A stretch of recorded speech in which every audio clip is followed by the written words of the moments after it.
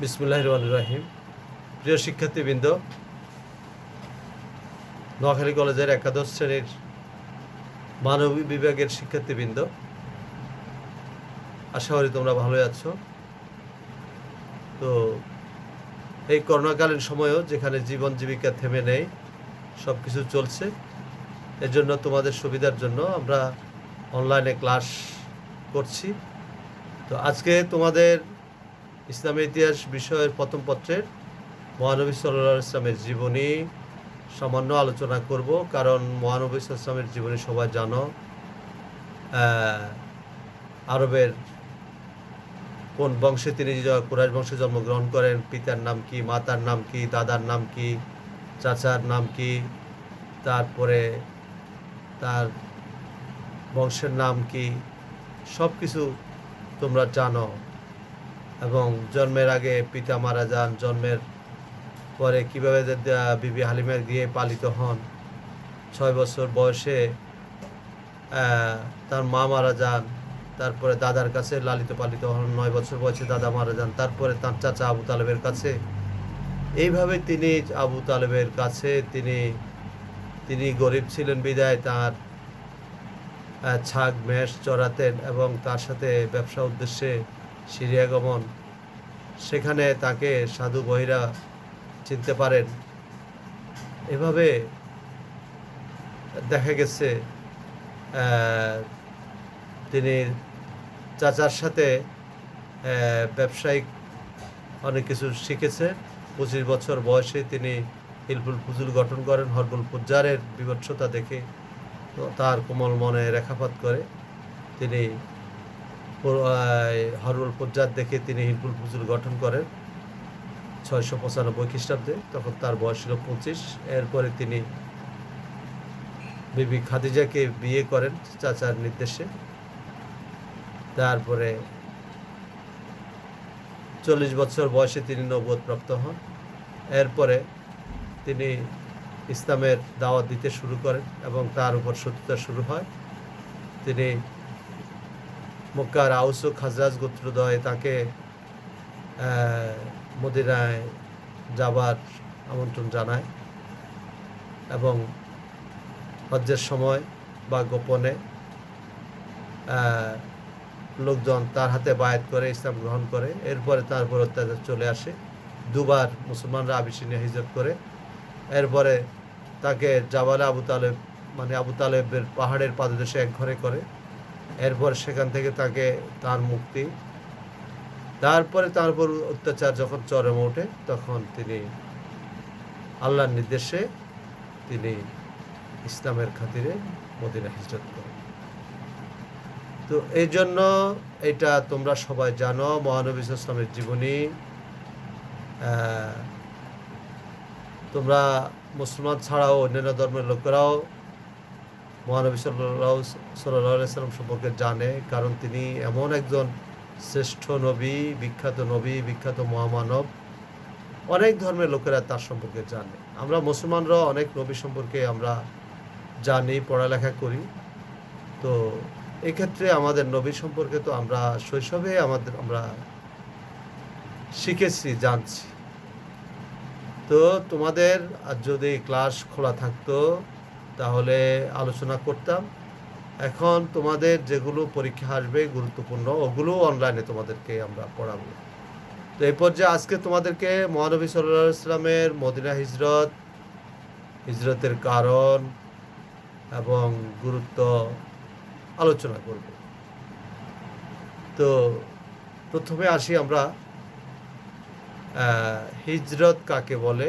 আরবি হা জিম রা এই 3টা শব্দ মূল অক্ষর থেকে এরপরে তা সংযুক্ত হয়ে হিজরত অর্থ গমনাগমন করা, এক স্থান থেকে অন্য স্থানে যাওয়া। তো ইংরেজিতে বলা হয় হিজরত means departure from one place to another place. হিজরত অর্থ এক স্থান থেকে অন্য স্থানে গমনাগমন বা প্রস্থান করা।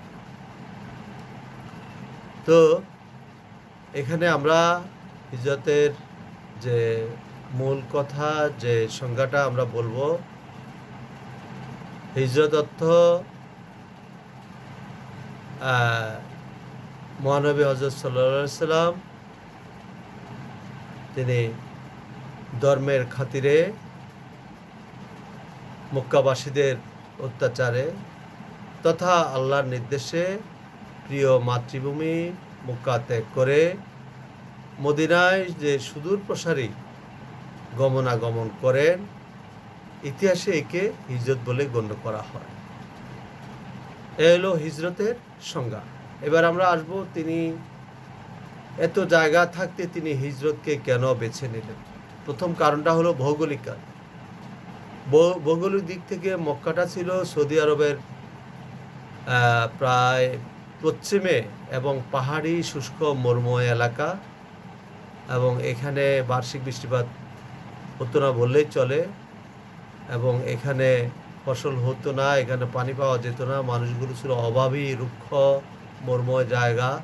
এই জন্য তারা বদমেজাজি, জড়বাদী এবং তারা পরোপকারী ছিল না। এই জন্য তিনি মক্কা ছেড়ে তিনি মদিনাকে বেছে নেন। এই গেল ভৌগোলিক কারণ। এবার আসি আমরা দ্বিতীয় পয়েন্ট হলো মনস্তাত্ত্বিক কারণ। মনস্তাত্ত্বিক কারণ হলো এটাই, মন থেকে যেটা উৎসারিত, মনের সাথে যেটা সম্পর্কিত, মন, মগজ, হৃদয়ের সাথে যেটা গ্রথিত, সেটা হলো মনস্তাত্ত্বিক। আমরা ইতিহাস পড়লে দেখতে পাই কোনো নবী, রাসূল, কোনো বিখ্যাত ব্যক্তি নিজ এলাকায়, নিজ দেশে প্রথমে সম্মানিত হন। যেমন মুসা আলাইহিস সালামকে মিশরে ফেরাউন এবং ফেরাউনের সহকারীরা খুব তাকে সেখানে অত্যাচার করে, বাধ্য হয়ে তিনি মিশর ত্যাগ করেন। হযরত ঈসা আলাইহিস সালামকেও নিজ গোত্রের লোকেরা বা নিজের এলাকার লোকেরা তার ধর্ম গ্রহণ করে না। হাওয়ারিন সম্প্রদায় নামে সাদা কাপড় পরিহিত লোকজন প্রথমে তার দাওয়াত গ্রহণ করে তাকে নবী বলে গণ্য করে। এভাবে আমরা দেখি মহানবী সাল্লাল্লাহু আলাইহি ওয়াসাল্লাম কুরাইশ বংশে জন্মগ্রহণ করলেও তার বাবা গরিব ছিলেন, তারপরে এবং তারা মহানবী সাল্লাল্লাহু আলাইহি ওয়াসাল্লামকে মানতে পারেননি এবং বাধ্য হয়ে আমরা নোয়াখালীর ভাষায় একটা কথা বলি, বাড়ির গরু ঘাটার ঘাস খায় না। অর্থাৎ বাড়ির লোকের কাছে বাড়ির লোকের গুরুত্ব নেই। যেমন বাড়ির গরু বাড়ির মানে দরজাতে যেমন হয়তো ঘাস পাতা হয় না হলেও এটা গোবর বা অন্যান্য খড়কুটো থাকে, বা এটা একটা কথা বলা হয়েছে আর কি, উপকথা বলা হয়েছে। কিন্তু আসলে সোজা কথা হলো বাড়ির লোকের কাছে বা এলাকার লোকের কাছে নিজের গুরুত্ব নেই। বাড়িতে লজিং থাকলে যেমন দাম নেই, বাড়িতে বিয়ে করলেও তেমন একটা আদর যত্ন নেই। তারপরে এলাকায় একজন প্রশাসক নিয়োজিত হলেও যেমন মানুষের কাছে দাম নেই, চিনি তাকে আমরা, সে অমুকের ছেলে, অমুকের নাতি, মানতে চায় না। বাধ্য হয়ে তিনি মনস্তাত্ত্বিক কারণে তিনি মদিনা হিজরত করেন। তো মদিনা হিজরতের আরেকটা কারণ হলো মদিনার যে অনুকূল আবহাওয়া। মক্কার তুলনায় মদিনা ছিল আবহাওয়া শস্য শ্যামল এবং আবহাওয়া ভালো ছিল। সেখানে বার্ষিক বৃষ্টিপাত মোটামুটি হতো, আবহাওয়া কিছুটা সুশীতল, সেখানে প্রচুর শস্য হতো, গম, রাই, সরিষা, অন্যান্য, এবং সেখানে খেজুর, ডুমুর, জলপাই, আঙ্গুর, আনার এগুলো পাওয়া যেত, এবং অধিবাসীদের মন মগজও অনেক ভালো ছিল এবং তারা পরোপকারী ছিল। এই জন্য তিনি মদিনা হিজরত করেন। আরেকটা কারণ হলো মদিনার আউস ও খাজরাজ গোত্রদ্বয়ের দাওয়াত। তারা একসময় বলছিল আপনি মদিনায় আসেন, আমরা আপনাকে সাহায্য করি। তো এই জন্য তাদের আমন্ত্রণের কথা তার মনে আছে, এই জন্য তিনি মদিনা হিজরত করেন। আরেকটা কারণ হলো আভিজাত্যের এবং কৌলিন্যের অহমিকা। কুরাইশ বংশ নিজেদেরকে খুব অভিজাত এবং কুলীন সম্প্রদায় মনে করে। তো মহানবী সাল্লাল্লাহু আলাইহি ওয়াসাল্লাম কুরাইশ বংশে, তবে তিনি গরিব ছিলেন এবং তারা তাদের 14 গোষ্ঠী থেকে তারা মূর্তি পূজা, পুতুল পূজা করত। তারা মনে করতো এই অল্প বয়সী একজন ছেলের কথায় আমরা মূর্তি পূজা ছেড়ে দিয়ে নিরাকার আল্লাহর ইবাদত করব, তাকে মানব, তার ধর্ম গ্রহণ করব, এটা কি করে হয়? তারা এটা মানতে পারে। এই জন্য বাধ্য হয়ে মহানবী সাল্লাল্লাহু আলাইহি ওয়াসাল্লাম মদিনা হিজরত করেন। আরেকটা পয়েন্ট হলো স্বার্থবাদী সংঘাত। স্বার্থবাদী সংঘাত, তারা চিন্তা করলো আমরা যদি ইসলাম গ্রহণ করি তাহলে আমরা এখানে হজের সময় যে আমাদের ইনকাম হয়, আমরা যে হজের সময় বিভিন্ন দায়িত্বে থাকি, মক্কার সেবায় থাকি, পানি পান করানোর দায়িত্বে, পতাকা বহন করার দায়িত্বে, থাকা খাওয়ার নিশ্চয়তা এবং ব্যবসা বাণিজ্য, এই সকল সব হারাতে হবে এবং লুটতরাজ, মারামারি, কাটাকাটি, হানাহানি, রক্তারক্তি এগুলো কিছুই করতে পারবো না। সাধু সন্ন্যাসীর মতো জীবনযাপন করতে হবে ইসলাম গ্রহণ। এই জন্য এই স্বার্থের কারণে তারা ইসলাম গ্রহণ করতে পারে। এই জন্য মহানবী সাল্লাল্লাহু আলাইহি ওয়াসাল্লাম মদিনা হিজরত করেন। আরেকটা কারণ হলো মদিনায় যে ইহুদি বেশি ছিল এবং কিছু খ্রিস্টান ছিল, তারা তো আহলে কিতাব। তাদের কিতাবে লেখা আছে শেষে একজন নবী আসবেন, তার নাম মোহাম্মদ বা আহমদ, তখন তোমরা তার অনুসারী হয়ে যাবে। যদিও তারা বর্তমানে ওই আয়াত কেটে ছেটে বাদ দিয়ে দিয়েছে এবং তাদের মাঝে এরা মতানৈক্য ছিল, তাদের নিজেদের মাঝে হানাহানি ছিল। এই জন্য তারা মনে করছেন মক্কার এই ব্যক্তি ভালো মানুষ, একজন মধ্যস্থ ব্যক্তি আমাদের জন্য প্রয়োজন, এই জন্য তাকে তারা আমন্ত্রণ জানায়। এই জন্য তাদের আমন্ত্রণ গ্রহণ করে তিনি ইহুদিদের এই উৎসাহ, তাদের এই আমন্ত্রণে তিনি সেখানে গমন করেন। তারপরে এবার পয়েন্ট হলো আত্মিক সম্পর্ক। আত্মার সাথে যার সম্পর্ক সেটা হলো আত্মিক সম্পর্ক। সেটা কি? সেটা হলো মহানবী সাল্লাল্লাহু আলাইহি ওয়াসাল্লামের প্রপিতামহ হাশেম, তার দাদার বাপ এই মদিনায় বিয়ে করেন। তাছাড়া তার পিতা আব্দুল্লাহও মদিনা বিয়ে করেন, তার নানা বাড়ি মদিনা। তো এই সকল কারণে মদিনাবাসী অবশ্যই তাকে সাহায্য করবে। তো এই মানুষও তিনি মদিনা হিজরত করেন।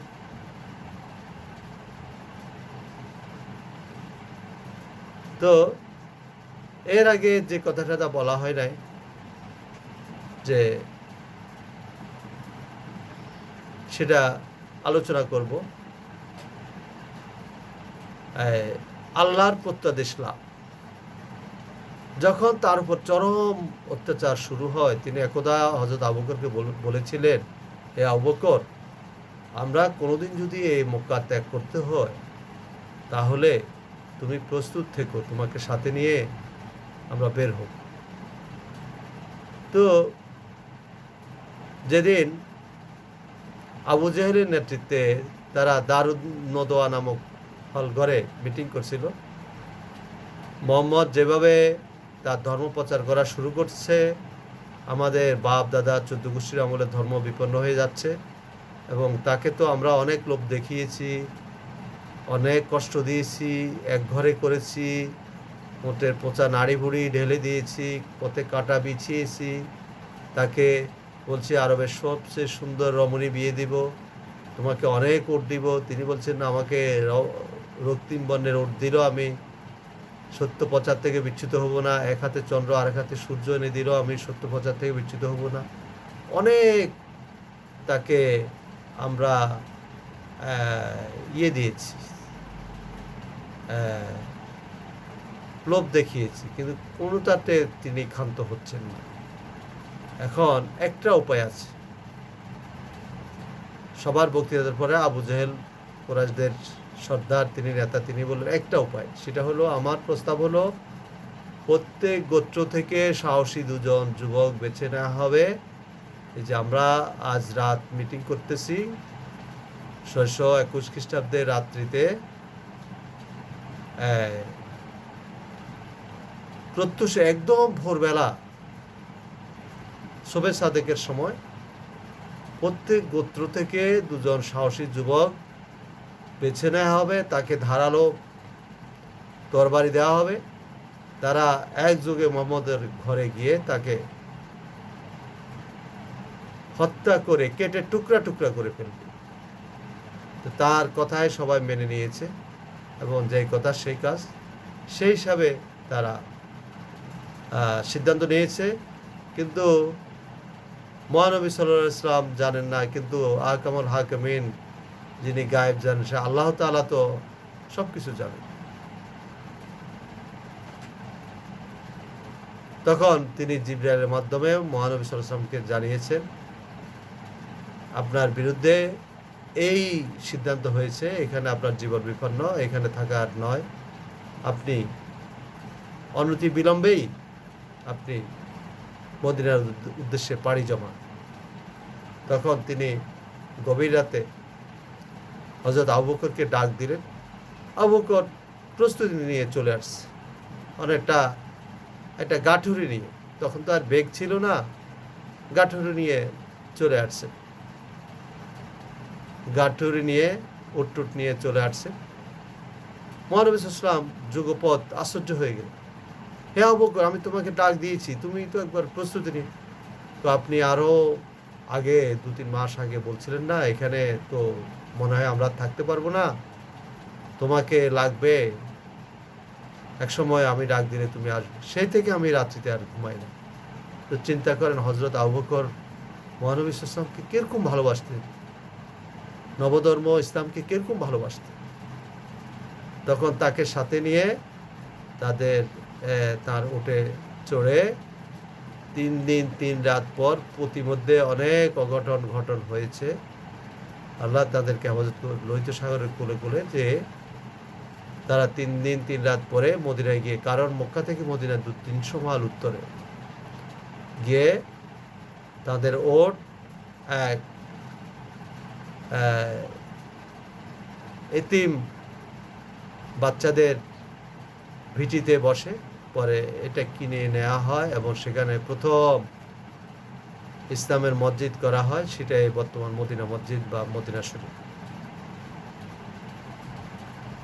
তো এটাকে বলা হয় আল্লাহর প্রত্যাদেশ লাভ, মানে ওসিবানি লাভ। আল্লাহ নিজের নির্দেশ দিয়েছেন জিবরাইলের মাধ্যমে, তুমি মক্কা ত্যাগ করো, মদিনা হিজরত করো। তো এই 622 খ্রিস্টাব্দের হিজরত ইতিহাসে খুবই গুরুত্বপূর্ণ, এবং পরবর্তী সময় হযরত ওমর রাদিয়াল্লাহু এটাকে আরবি হিজরি সন রূপে গণ্য করেন, এবং এটা মুসলমানদের আরবি হিজরি সন। যেমন আমাদের একটা বাংলা সন আছে, সম্রাট আকবর যেটা চালু করেন। আমাদের আমরা অফিস আদালতের তারিখ হলো ইংরেজি সন, হযরত ঈসা আলাইহিস সালামের জন্মের সন, আর আমাদের ধর্মীয় সন হলো হিজরি সন, আরবি সন। তো এই মদিনা যদি তিনি না আসতেন, তাহলে ইসলাম ধর্ম পরিপূর্ণতা লাভ করতো না, ইসলামের অন্যান্য ইয়েগুলো আরকান আহকামগুলো পরিপূর্ণ হতো না। কোরআন, যে 30 পারা কোরআন, তিনি 23 বছর মক্কাতে, 10 বছর মদিনাতে থাকাতে ইসলাম পরিপূর্ণতা লাভ করে। এবং মক্কায় তিনি, এখন আমরা মানে তার গুরুত্বটা আলোচনা করছি, মক্কায় তিনি কত দুর্বল ছিলেন, কত ভয়ে ভয়ে ছিলেন, কিন্তু মদিনায় তিনি এসে, তিনি এখন মক্কার পয়গম্বর মুহাম্মদ এখানে মদিনায় এসে রাষ্ট্রনায়ক রূপে, মদিনার লোকজন তাকে রাষ্ট্রনায়ক রূপে তাকে গ্রহণ করে, এবং তিনি একাধারে পয়গম্বর, আবার তিনি রাষ্ট্রনায়ক। তিনি এরপরে তিনি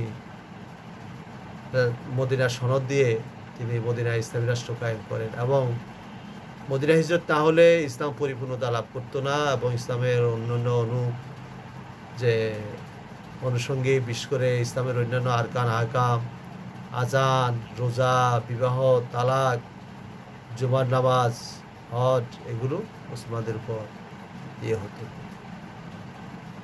তো এই জন্য মদিনা হিজরতটা খুবই গুরুত্বপূর্ণ, এবং ইসলামের পরিপূর্ণতার জন্য, ইসলামের জন্য এই হিজরতের খুবই প্রয়োজন ছিল। এবং